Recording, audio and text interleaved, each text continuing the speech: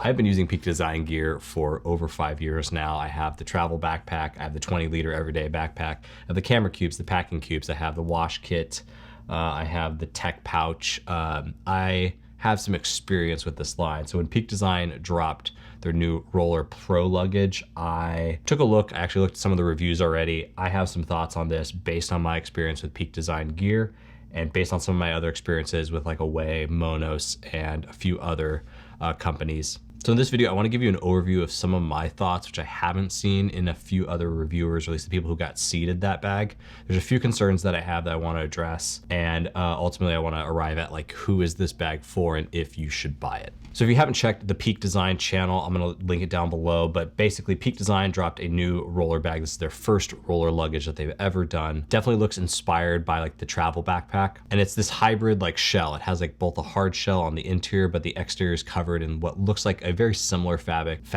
It looks like a very similar fabric to the Peak Design travel backpack. Now, on one hand, I think this is good because it makes this bag look amazing. It definitely looks premium, and for $600 MSRP, not including packing cubes and anything else that you would want to put on this system, I think with everything shown in the Peak Design video, if you were to kit it out like that, you have the accessories attached, if you have packing cubes in there, if you have camera cubes in there, you're going to be spending close to $1,000 on this bag. Yes, if you hit the Kickstarter now, you might be able to save a little bit of money, but this is definitely an expensive roller bag. One con I also want to mention with the hard shell, soft shell combo is that this bag appears like it's going to be maybe a pound or two heavier than some of the lighter roller bags, like again, Monos and Away, the bags that at least are being compared to by Peak Design. I actually found it kind of strange that they weren't comparing this to both the new Pelican line that just came out, which kind of had a whiff in not really catering to the photography crowd, but also not talking about Pelican's existing hard case offerings, which seem to be a staple for a lot of photographers that like to have a rolling bag. So the primary feature of this bag, or like what they're trying to hang their hat on with this bag, appears to be this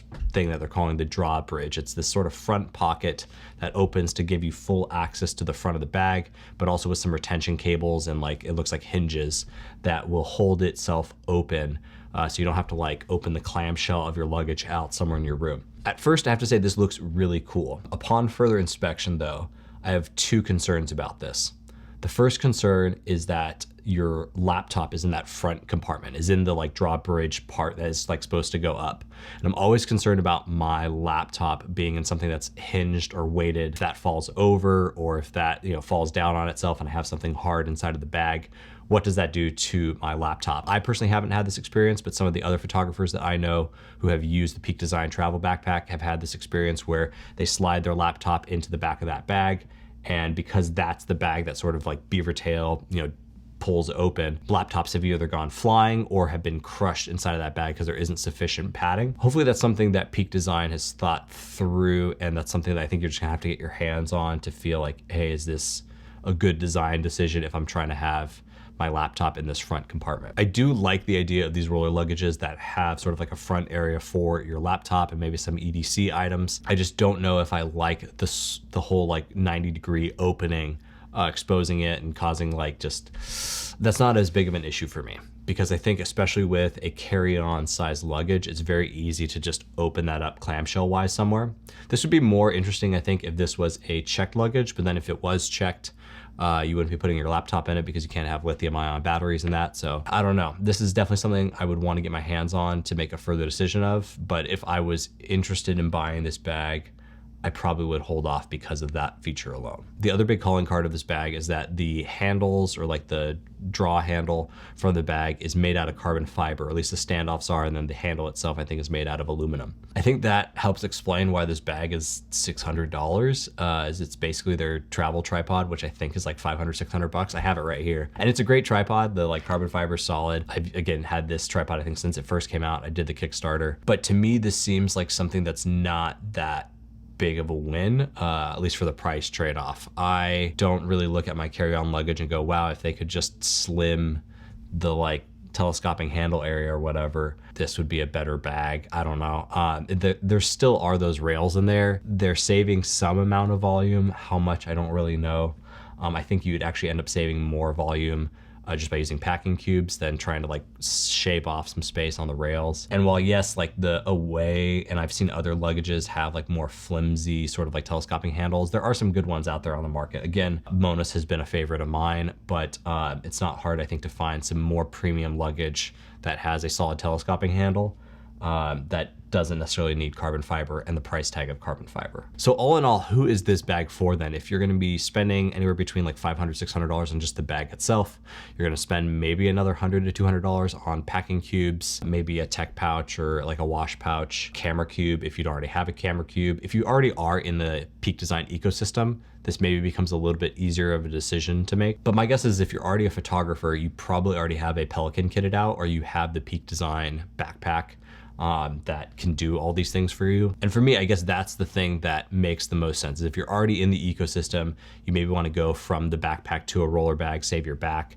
This does make sense. I think I can see why this is a great investment for, say, the professional photographer, the person who already has camera cubes and packing cubes from Peak Design. They're just going to add this bag to get that weight off of their back. I can totally see that. I know there's also like the San Francisco tech salaried people. I used to be one of them, who are just like, shut up and take my money. It's a high quality product that is probably going to last you a lifetime, hopefully last you a lifetime. And I could say, having used Peak Design stuff and abused Peak Design stuff for the last 5 years, some of these things show almost little to no signs of wear, which is good. I'm very happy with that. For me personally, I don't think I'm going to be purchasing one of these bags. I definitely want to see how that drawbridge and that sort of front functionality works out.